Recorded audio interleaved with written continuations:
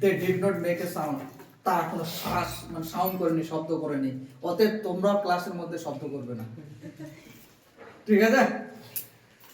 There was an unnatural silence, বলে সাইলেন্সটা এতটাই unnatural, অপার্থিব। Unnatural মানে অপার্থিব। সত্যি করে বলছি, কোনো ফ্যামিলিতে কেউ যদি কোনো অঘটন ঘটে যায়, তারা নিস্তব্ধ হয়ে যায়, এবং যারা ফ্যামিলির পাশে যারা আসে, এটা তো বিয়ে বাড়ি না যে সে নাচাকোটা করবে, এটা একটা মৃত বাড়ি, তাই না? তাই সেই জন্য বলছি কি সাইলেন্সটা হচ্ছে unnatural silence. It was as if time stood still for those few minutes. বলছে এই যে সাইলেন্সটা কিছু সময় ধরে চলতে লেগেছিল, বা কিছু সময় ধরে ছিল। The people were to stand to speak in the beginning. লোকজনেরা এই গান্ধীজির মৃত্যুর কথা শুনে লোকজনেরা কোনো কথা বলতে পারছিল না। স্টান মানে কি অবাক হয়ে যাওয়া, স্তম্ভিত হয়ে যাওয়া। টু স্পিক মানে কি কথা বলার জন্য। হ্যাঁ, টু বিগিনিং, শুরুতে ওরা কোনো কথা বলতে পারছিল না। লেটার, তার পরবর্তীকালে দে ক্লামার্ড, তারা কি করছিল? ক্লামার্ড মানে কি চিৎকার করা, ঠিক আছে? ওয়াইডলি, ওয়াইডলি মানে কি খুব জোরে জোরে। লাউডলি, লাউডলি ওরা কি করছিল? চিৎকার করছিল। শাউটিং মানে কি চিৎকার করা, এন্ড ক্রাইং এবং কান্না করছিল। অ্যাকচুয়ালি কেওয়াস সৃষ্টি হচ্ছিল ওখানে। একটা মৃত বাড়িতে সবাই কান্না করে যেরকম আওয়াজ আমরা শুনতে পাই, সেই আওয়াজটা কোথায় এখানে তুলে ধরা হয়েছে, প্রেজেন্ট করা হয়েছে। বোঝা গেল? ক্লামার্ড, ওয়াইডলি, আর কি বলেছে? শাউটিং এন্ড ক্রাইং, এই সব কিছুকে মিলে যে সিচুয়েশনটা তৈরি হয়। দে জোসেড ওয়ান এনাদার, তারা একে অপরকে কি করেছিল? জোসেড মানে কি ঠেলাঠেলি করছিল। Why? Everyone to see the Gandhiji dead body, গান্ধীজির মৃত্যু দেহটা দেখার জন্য সবাই একে অপরকে কি করছিল? ঠেলাঠেলি করছিল। জোসেল কথার অর্থ কি? ঠেলাঠেলি করা। ওয়ান এনাদার, একে অপরকে। টু স্টেম, স্টেম মানে কি হুড়াহুড়ি করা, হুড়াহুড়ি করছিল দেখার জন্য। To break into the house, মনে হচ্ছিল না এই বাড়িটা ভেঙে দিবে, এমন ভাবে হুড়াহুড়ি শুরু করে দিয়েছে।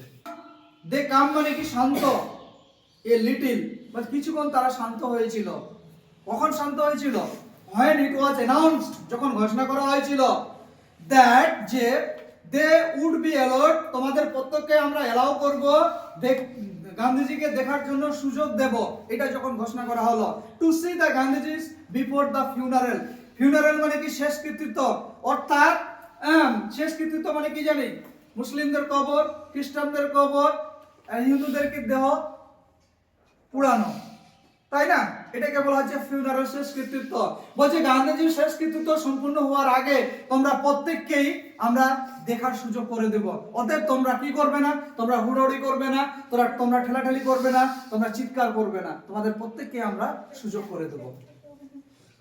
বুঝা যাচ্ছে প্রত্যেককে? জোনাস, রাহুল, বুঝা যাচ্ছে? তারপর দেখ, when one is faced with the shot of loved one's death, one whimper, whimper মানে কি শোকাহত। শোকাহত মানুষ, মানুষ যারা শোকাহত, আজকে আমরা আমাদের কেউ হারিয়ে গেলে আমরাও শোকাহত হব। যার ফ্যামিলি হারিয়েছে যে সে শোকাহত, এখানে প্রত্যেককেই শোকাহত, এখানে প্রত্যেককেই শোকাহত। তারা বলছে যে এই যে আমাদের কি বলছে? what will become of me now that he has left me, this was surely the question uppermost of the mind of the mourning people. বলছে এই যে শোকাহত প্রত্যেকটা যে যত লোক ফলোয়ার্স অনুগামী দেখতে পাচ্ছি, সবাই আমরা মর্নিং মানে কি শোকাহত। আমাদের মনে, প্রত্যেকের মনে দুঃখ কাজ করছে। আজকের দিনে গান্ধীজি মারা গেছে, আজকের দিনে আমাদের আনন্দ কাজ করছে না, আমাদের আজকের দিনে কোনো নাচানাচি চিন্তা ভাবনা নেই। আজকের দিনে আমাদের প্রত্যেকের চোখে আমাদের জল এসে পৌঁছে গেছে, মনের মধ্যে কান্না কাজ করছে। কেউ হয়তো কান্না করছে, কেউ হয়তো কাঁদতে পারে না, সে কান্না করে না, কিন্তু মন কাঁদছে প্রত্যেকের। তো আজকের দিনে গান্ধীজি আমাদের ছেড়ে চলে গেছে। এই যে গান্ধীজি কে ছিল? গান্ধীজি প্রত্যেকটা দেশবাসীর কে ছিল? একজন মাথা ছিল, একজন লিডার ছিল, একজন বাবার মতো ছিল। সে আমাদের ছেড়ে চলে গেল, তাহলে এখন আমাদের কি হবে? বুঝাতে পারলাম? লেখক বলছে যে এখন তাদের প্রত্যেকের কি হবে অবস্থা, বা আমাদের কি হবে অবস্থা। আমাদের যেরকম একটা বাচ্চার বাবা যখন হারিয়ে যায়, বাচ্চার বাবা যখন মারা যায়, তার প্রত্যেকে গ্রামবাসী বলি এই বাচ্চাটার কি অবস্থা হবে, আর বাবাটা চলে গেল।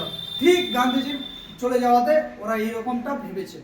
তারপরে চলো, they look like a lost children, প্রত্যেকে বলে দিয়েছে, প্রত্যেকে লাইনে বলে দিয়েছে, তাদেরকে দেখে মনে হচ্ছে যে তারা হারিয়ে যাওয়া সন্তান। They look like a lost children. আর কি বলেছে, it was the question of many of our hearts we say, বলছে এই কোশ্চেনটা প্রত্যেকের মনের মধ্যে, যারা আমরা এখানে প্রত্যেকে বসে আছি, হ্যাঁ, স্টিল শকড, এখনো আমরা শোকাহত, এন্ড আনবিলিভিং, আমরা বিশ্বাস করতে পারছি না। কি বিশ্বাস করতে পারছি না? যে গান্ধীজি আমাদের মধ্যে আর বেঁচে নেই, এটা আমরা বিশ্বাস করতে পারি না। কখনো কখনো কারো মৃত্যুর খবর শুনে আমরা বিশ্বাস কেউ করতে পারি না, যে আমি তো কিছুক্ষণ আগে কথা বললাম, মারা গেছে। আনবিলিভেবল, ঠিক আছে, আনবিলিভেবল। তারপরে বলছে উই লিসেন, আমরা শুনতে পেলাম, টু দ্য ব্রডকাস্ট। ব্রডকাস্ট মানে কি? Radio, television. এখন তো আমাদের প্রত্যেকের কাছে মোবাইল ফোন হয়ে গেছে, আমরা সবসময় নিউজ আপডেট পাচ্ছি, ঘন্টার পর ঘন্টা আপডেট পাচ্ছি। তখন কিন্তু তা নয়, তখন রেডিও, টেলিভিশন একটা সময় ধরে ধরে দেশের খবর, বিদেশের খবর আমরা জানতে পারতাম টিভিতে বা রেডিওতে, এই দুটো জিনিস মাধ্যম ছিল। বলছে উই লিসেন টু ব্রডকাস্ট, আমরা রেডিও বা টেলিভিশনের মাধ্যমে টেলিং দ্য পিপল, লোকজনকে জানালো বা লোকজনকে বলে দিল, অফ ইন্ডিয়া, গোটা ভারতবর্ষে, that there Bapu was no more, বাপু আর বেঁচে নেই। কান্না করবেন একটু লাস্টের দিকে, এটা কিন্তু তারা খারাপ করবে।